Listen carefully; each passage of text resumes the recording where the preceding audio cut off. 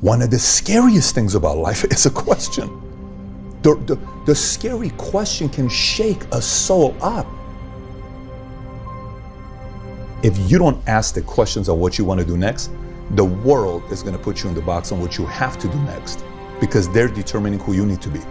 And you are rising up to their expectations because you're not asking the questions yourself. So clarity to me is stemmed from you being able to sit down and ask those tough questions that piss you off, that irritate you, that make you emotional, that you cry over, that you reflect, that makes you want to do research, that makes you follow up, that makes you sit down and say, I don't really know.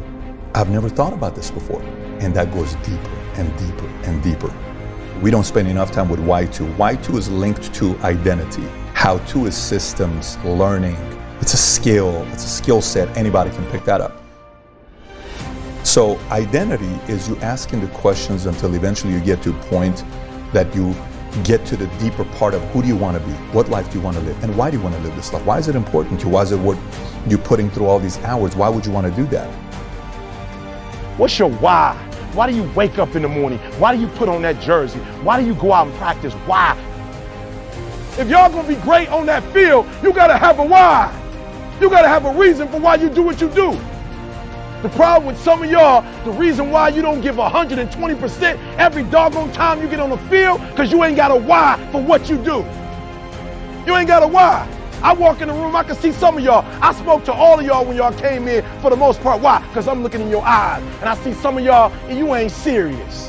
And you think you about to go out there with the Ray Lewises of the world? Upon those people that I love, I wish self-hatred, difficulty, calamity, the knowledge of total loss and destruction. And because from that you will find out the answer to the only question that matters: will you endure?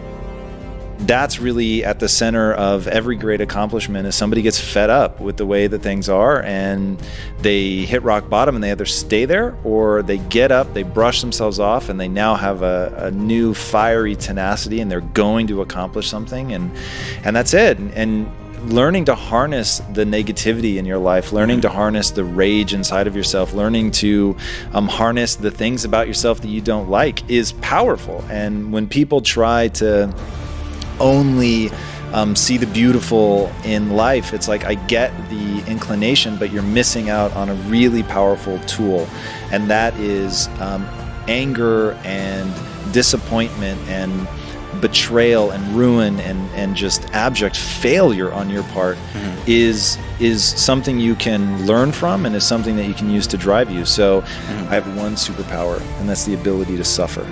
I can suffer unimaginably. I'm just willing to do that. I have a vision for what my life can become, and I know that I'm gonna have to work my ass off to get there, so I'm willing to put my nose down and just fucking grind it out. And if I have to endure and suffer, then so be it. And because my identity is wrapped up in being somebody that can do that, like, I really, when I'm in the middle of suffering, I almost extend it with sort of this internal glee of, see, I can do it. We don't take the time to say, what are the values and principles that I'm willing to build my life on? What are they? And what really are they? What are you willing to really stand up for? You know, what is your core belief system? You know, are you a certain belief because you live in a certain city and you have to be? Are you thinking about money in a way because your parents looked at money that way? Maybe your parents don't like money because they didn't want to work for money. Maybe they're out and, you know, their escape was they had a nephew or a niece or a brother or a sibling or somebody that did better than them. So for them to prove to you that they still did their part right is to belittle that person. Listen, our parents are still human beings. You know, we look at parents as they know everything. They're the almighty. Parents make mistakes.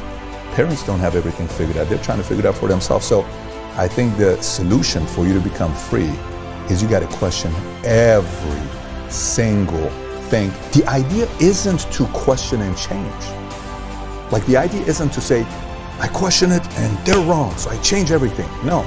If you question it, your argument and belief system in that value or principle could actually go a layer deeper than you currently are. And if it goes a layer deeper than you currently are, then it becomes a conviction. And you give me anybody that leads an army, give me anybody that leads a country, give me anybody that does anything that impacts the world, Their convictions are at a higher level than yours. Everybody has convictions that they live with. Alignment it's so critical to me. The way you live and whatever you believe, if they're aligned, you're living a happy life.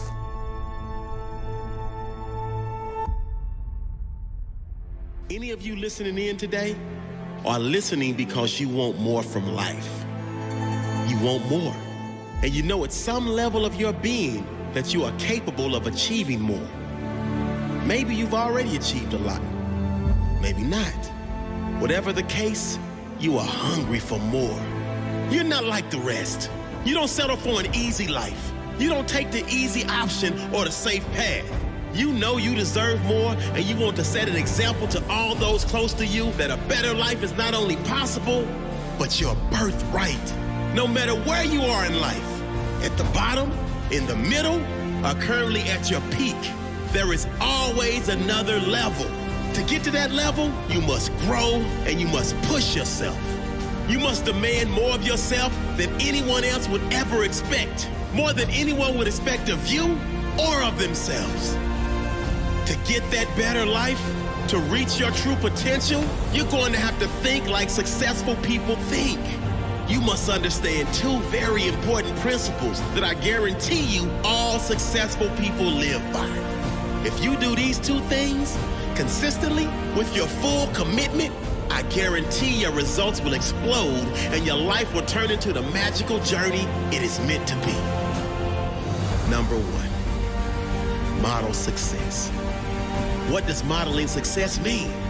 It means you find someone or several people who are living a life you would love to live, and you model them in your own way to get your own unique result.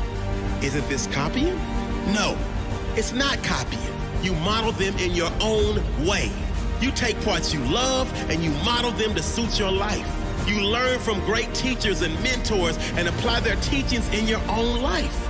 You take things that resonate with you, the things you love about others or their teachings. You analyze how they do that or how they live that way and apply it to your life. Number two, get a mentor or a coach. First off, let me be very clear. You do not need a one-on-one coach to be successful.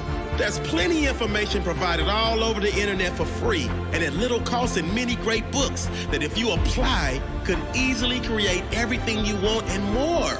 So if you can do that, do it. Mentorship and personal coaching is only for those seeking the very next level. It is for peak performers, those who have already achieved a little or a lot, but are pushing for more impact, more growth and expansion.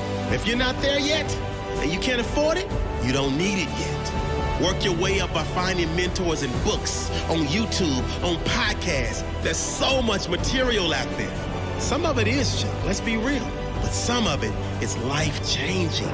Find that content. Understand this, no successful person was born a success. Success is self-made, and it is self-made through learning and applying what you learn. There's no better way to learn than through a mentor you believe in and one you resonate with. Find someone who has a similar mission or belief to you and learn everything you can. NBA champion and MVP Stephen Curry said, to excel at the highest level, or any level really, you need to believe in yourself. And hands down, one of the biggest contributors to my self-confidence has been private coaching. Oscar-winning actress Reese Witherspoon said, with the right kind of coaching and determination, you can accomplish anything. Tony Robbins said, everyone needs a coach, whether it's a top-level executive, a graduate student, a homemaker, a homeless person, or the president of the United States. And that's just the tip of the iceberg. There are hundreds of expert testimonials just like this. So many great athletes and leaders today would not be who they are without direct coaching and learning from great people and great ideas. Why? What does a coach do that you can't?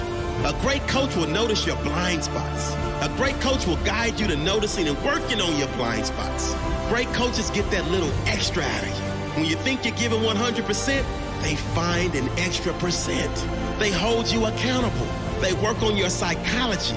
They get you aiming higher than your best results. and greater than your greatest expectations. So wherever you are in your life journey, find a mentor, model success, and create your own amazing life in your own unique way.